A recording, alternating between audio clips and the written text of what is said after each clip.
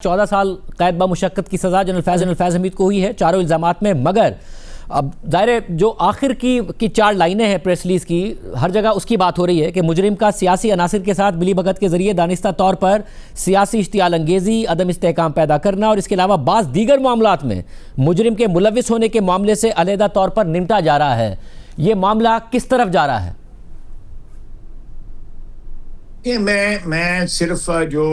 फिक्रा आपने पढ़ा है उस पर स्पेकुलेट ही कर सकता हूँ, लेकिन लॉजिकली स्पेकुलेट करूँगा कि ये बेसिकली जो 9 मई का जो अटेम्प्ट हुआ था वो जो एक चीज़ जो हो चुकी हुई थी, यानी जनरल आसिम मुनीर जो थे, फील्ड मार्शल आसिम मुनीर जो थे, वो टेक ओवर कर चुके हुए थे, गवर्नमेंट बन चुकी हुई थी। उस सारी चीज को रिवर्स करने का एक डेस्परेट अटेम्प्ट था और उसमें इंस्टीट्यूशन उसमें फैज साहब शामिल थे और जो बाकी जो मैन पावर प्रोवाइड जो है वो पीटीआई ने की हुई थी, यानी इमरान खान ने की हुई थी। तो ये इन दोनों का एक जॉइंट वेंचर था 9 मई को, जो इन्होंने पाकिस्तानी इल्जामात तो बहुत सामने आए, कयासराइयां भी हुई हैं, मगर क्या कोई ऐसे सबूत आपने देखे हैं या इदारे की तरफ से आपको कोई ऐसी मालूमात मिली जिसपे कहा जा सके कि 9 मई में मुलविस थे जनरल फैज हमीद और कोल्यूट किया था? देखें, एक तो बड़ी वाशगाफ सबूत आपके सामने, मैं जनरल फैज की बात नहीं कर रहा, कि इमरान खान की पार्टी जो है हर जगह जो है और एक्सक्लूसिवली एहतजाज का जो टारगेट जो है वो फौज की जो है इंस्टॉलेशंस जो है बनाई गई, चाहे वो एयरफोर्स की थी चाहे पाकिस्तान आर्मी की थी। उनकी इंस्टॉलेशन को, उनके शहदा को, उनकी मेमोरियल्स को, ऑब्वियसली जो मशहूर और मरूफ जो है वो लाहौर का कोर कमांडर हाउस है, मियांवाली का एयरफील्ड है, इसी तरह केपी के अंदर जो बड़े बड़े हमारे सेंटर्स हैं वहाँ को, उनको टारगेट किया गया। तो लेकिन इमरान खान इसको सोलली जो है वो नहीं कर सकता था, फौज को इस तरह मुलव्वस करना उसका और उनको टारगेट करना, ये प्लानिंग करना, ये सारी की सारी जो है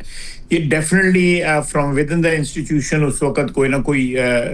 जो है सबसे बड़ा नाम जो है जनरल फैज का ही आता था। जनरल फैज इज इट, अल्लाह ताला उनको, मैं पास्ट टेंस में बात कर रहा हूँ, किसी को मगर इन टर्म्स ऑफ सर्विस तो वो पास्ट हो चुके थे ना, वो रिटायर हो चुके थे। रिटायर होने के बावजूद उन पर ये इल्जाम लगाया जाना कि उन्होंने कुछ मैनिपुलेट किया और कुछ मैनेज किया 9 मई को। देखिए, मैं आईएसआई के वो चीफ रहे हुए थे, एक कोई उनको ये भी पता था कि कहाँ कहाँ लोग सिंपथाइजर्स बैठे हुए हैं, उनके राब्ते थे उनके साथ। तो ये सारे के सारे मामला जो हैं उनकी एक किस्म की नब्ज जो थी उनके हाथ में थी और उन्होंने इनको मैनिपुलेट किया। That was the last attempt to reverse whatever had already happened, you know. उस वक्त जो है उसमें एक बहुत बड़ी जो मैं पहले भी आपके शोज में जो है ना वो इसके ऊपर बात कर चुका हूँ, जो रेजिस्टेंस आई बावजूद इस बात के कि मेरिट जो है मेंटेन किया जा रहा था हमारी गवर्नमेंट की तरफ से, प्योरली मेरिट, कोई भी जाती तौर पे जो है नहीं जानता था फील्ड मार्शल साहब को, आसिम मुनीर साहब को, लेकिन एक मेरिट को मेंटेन करने की कोशिश की जा रही थी। और माजी में किसी स्टेज के ऊपर जो है ये सिविलियन गवर्नमेंट की इस अथॉरिटी को फौज ने चैलेंज नहीं किया, चाहे वो किसी भी कियानी साहब की या मुशर्रफ साहब सी या उससे पहले या उसके बाद जो है रहील साहब की सारी प्योरली सिविलियन अथॉरिटी जो है एक्सरसाइज हुई। लेकिन इसमें जो है जनरल बाजवा ने इंतहाई रेजिस्ट किया। आप इमेजिन नहीं कर सकते कि 8-9 दिन जो है मैं और स्पीकर पंजाब असेंबली जो मौजूद हैं, हम उनके पास जाते रहे। जिस किस्म की रेजिस्टेंस और जिस किस्म की उन्होंने धमकियां हमें दी कि मैं टेक ओवर कर लूँगा, फिर ये भी कहा कि मुझे पार्शली जो है वो रख लें और एक्सटेंशन दे दें, मैं आपको सेटअप करके दूंगा। ये कभी लालच, कभी धमकी, स्टिक एंड कैरेट पॉलिसी जो है उन्होंने अपनाई रखी। तो ये सारी की सारी एक्चुअली जो इमरान खान का जो एक प्रोजेक्ट जो फेल हुआ था, इमरान खान को जो इन्होंने लॉन्च किया था, मियां नवाज शरीफ को एक कुक्ड अप केसेस में जो है वर्डिक्ट उनके खिलाफ लाई गई। यानी कभी पाकिस्तान की तारीख में या दुनिया की तारीख में ये कभी हुआ है कि केस सुप्रीम कोर्ट में चले और वहीं से उनको सजा हो जाए? नीचे वाली साहब ये सारा का सारा जो मैनेज हुआ, अब जनरल फैज हमीद माजी में भी कह चुके हैं कि मैं तो मेजर जनरल था उस वक्त, और मेजर जनरल बगैर क्या इदारे की पॉलिसी के कुछ कर सकता है, तो जनरल बाजवा के बगैर तो नहीं कर सकते थे। तो अगर मामला सिर्फ 9 मई और इमरान खान सिविलियन लीडर तक ही जाना है या फिर बाजवा तक भी जाएगा? मुझे नहीं, मैं फिर स्पेकुलेट नहीं करूंगा, लेकिन डेफिनेटली ये मामला जो है किसी भी एक्सटेंड जा सकता है कि ये चीज़ जो है जिस किस्म की रवायत जनरल बाजवा ने डालने की कोशिश की, पहले तो उन्होंने कोशिश की कि फैज़ ही जो है आर्मी चीफ बन जाए, फिर और नामों के ऊपर फिर एक हमारे साथी को उन्होंने रिक्रूट किया जिसको मियां नवाज शरीफ के पास भेजते रहे।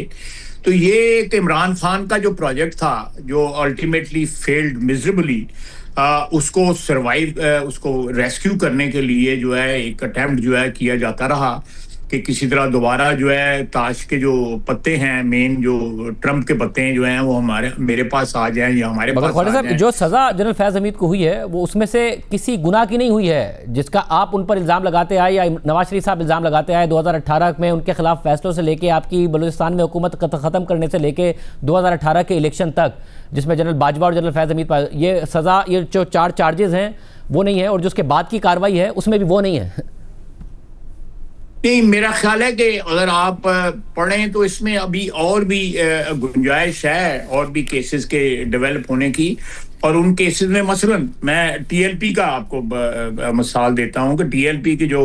धरना हुआ जिसमें फैज साहब जो है सिग्नेटरी बने, मेरा ख्याल है उनका जो सिग्नेटरी बने या गवाही जो भी उन्होंने डाली, that is enough to prove के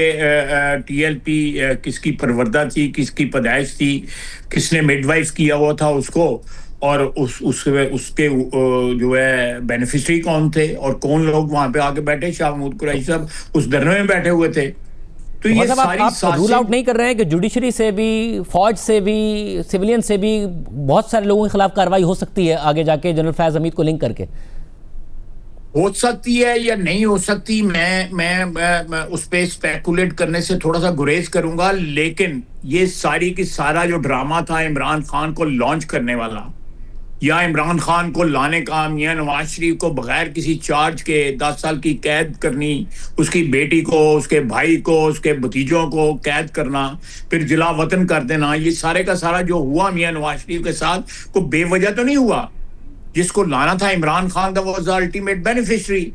लेकिन इमरान खान को भी कहीं जोम हो गया कि वो अपनी वजह से आया हुआ है। वो तो हर जब चेंज का कोई मौसम आता था, जो 13 का, 8 का या 99 का, उसमें वो कैंडिडेट बन जाता था कि I am the most suitable candidate to become the prime minister. और जब वो उसको बाद में ये रेस्क्यू करने की कोशिश करते रहे